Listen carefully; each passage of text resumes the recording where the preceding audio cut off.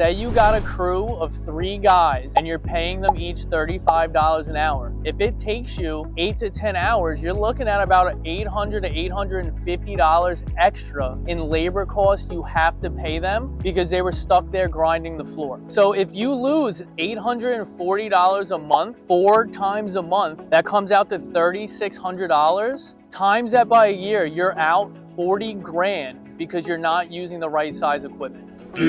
That's a lot of money.